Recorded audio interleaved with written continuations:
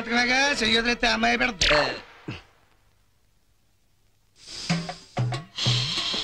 ఏంటి షాంపూ మార్చినట్టున్నావు? అదేదో చెప్తే మేము వాడతాం కదా. హెడ్ అండ్ షోల్డర్స్ అని హెడ్ ఉన్నవాడు వాడతారు, మనకి పని చేయదులేండి. ఆ వైలం సుబ్బారావుని 107.3 మీటర్ల మీద లైన్ ఎక్కమను. ఆయన ఆల్రెడీ ఎక్కి వాయిస్ చేస్తున్నాడండి. నేను వస్తున్నాను. అమీర్పేటలో దింపేద్దు గాని బండి రిపేరు. ఆవిడ వెళ్ళేది గడ్డ అన్నారు, కుదరదు. మీరు వెళ్ళండి అమ్మా, నేను దింపుతానండి. నా అంబర్ సైకిల్ ఎక్కి ఒక్క తొక్కు తొక్కానంటే అమీర్పేట వచ్చేద్దండి. తీరాతో రెడ్డి.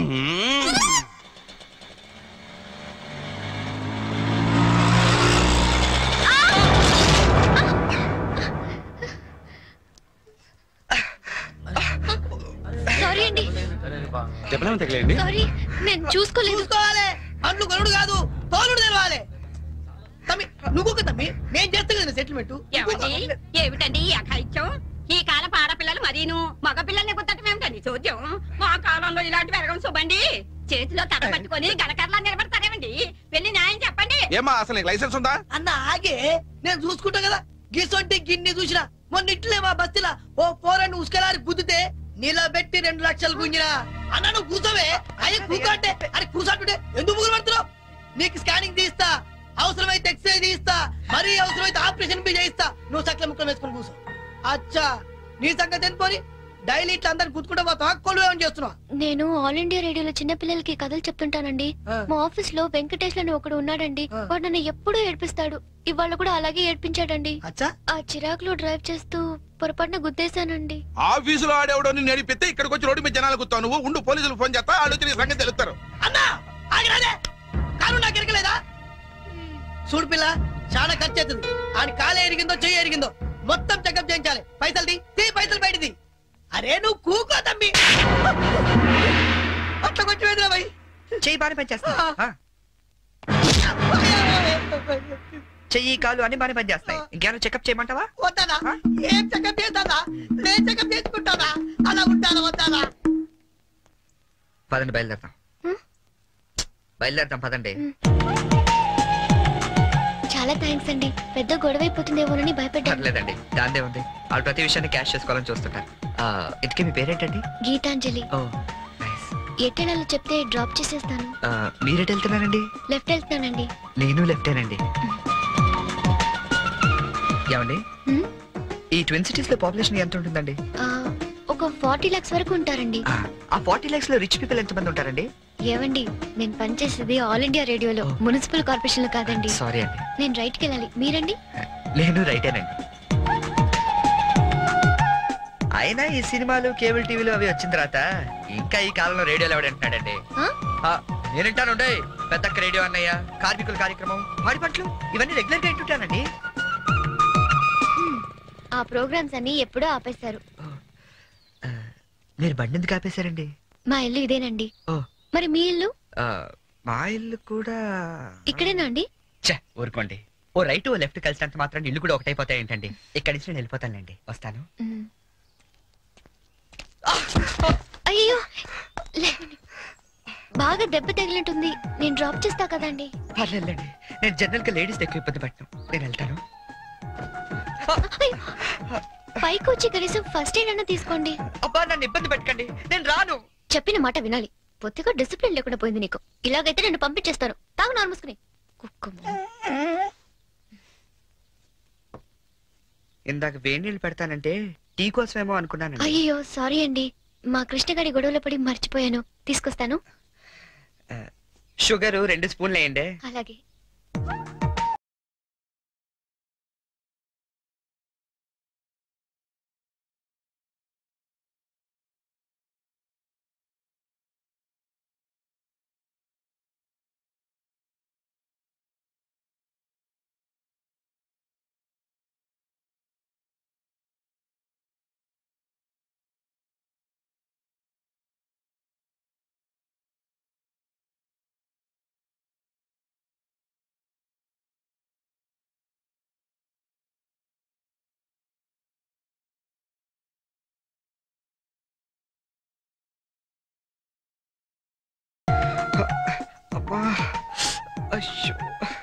టీ తీసుకోండి.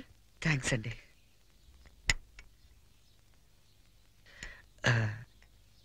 ఇంత పెద్ద ఇంట్లో మీరు ఒక్కరే ఉంటారండి? లేదండి, అమ్మా నాన్న 5 అన్నయ్యలు కూడా ఉన్నారు.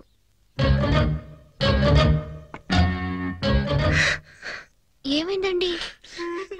ఏం లేదండి, మా అమ్మ నాన్న గుర్తొచ్చారు. వాళ్ళకేమైందండి? అవన్నీ ఇప్పుడు ఎందుకులేండి, నేను బయలుదేరుతాను. అయ్యో, గుడ్ టైమింగ్ అండి. ఈ పరిస్థితిలో మీరు ఎక్కడికి వెళ్తారండి? వెళ్ళాలండి, తప్పదు. కానీ కాలు నొప్పితో అసలే సిటీకి కొత్త, వెళ్ళగల్లో లేదో. పోనీ ఈ పూటకి ఇక్కడే ఉండి పొద్దున్నే వెళ్ళండి. అంతేనంటారా? వద్దులేండి, మళ్ళీ మీకు వంట శ్రమ వద్దు, నేను పోతాను. శ్రమే ఉందండి, నాకు ఎలాగో చేసుకుంటాగా. ఇంకో 2 వంకాయలు ఎక్కువ వేస్తే మీకు సరిపోతుంది. అలాగే 2 బంగాళదుంపలు కూడా ఫ్రై చేయండి, కొంచెం మోకాళ్ళ నొప్పులు తగ్గుతాయి. అమ్మ నాన్న 5 అన్నయ్యలు. చా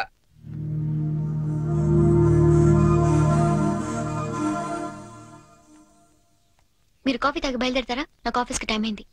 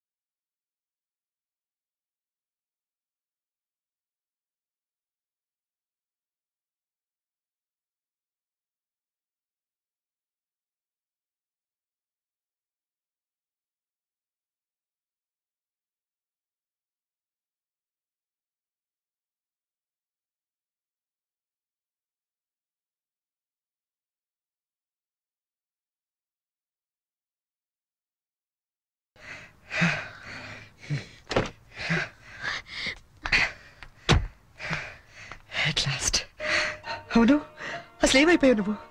2 నెలల నుంచి ఫోన్ లేదు, లెటర్ లేదు. నేను ఎంత టెన్షన్ పడ్డాను తెలుసా?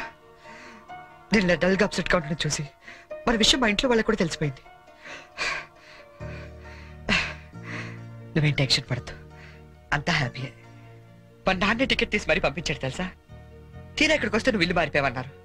కనీసం అడ్రస్ మారిన విషయం ఫోన్ చేసి చెప్పొచ్చు కదా సంజు. నేను అటు నుంచి నీ అడ్రస్ కోసం పిచ్చోళ్ళ తిరుగుతున్నాను తెలుసా?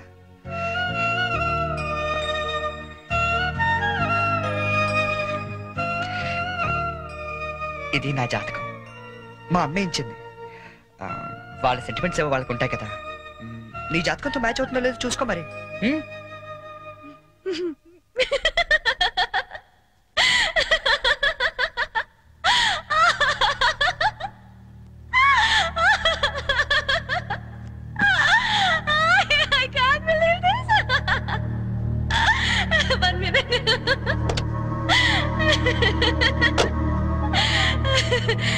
My wedding card.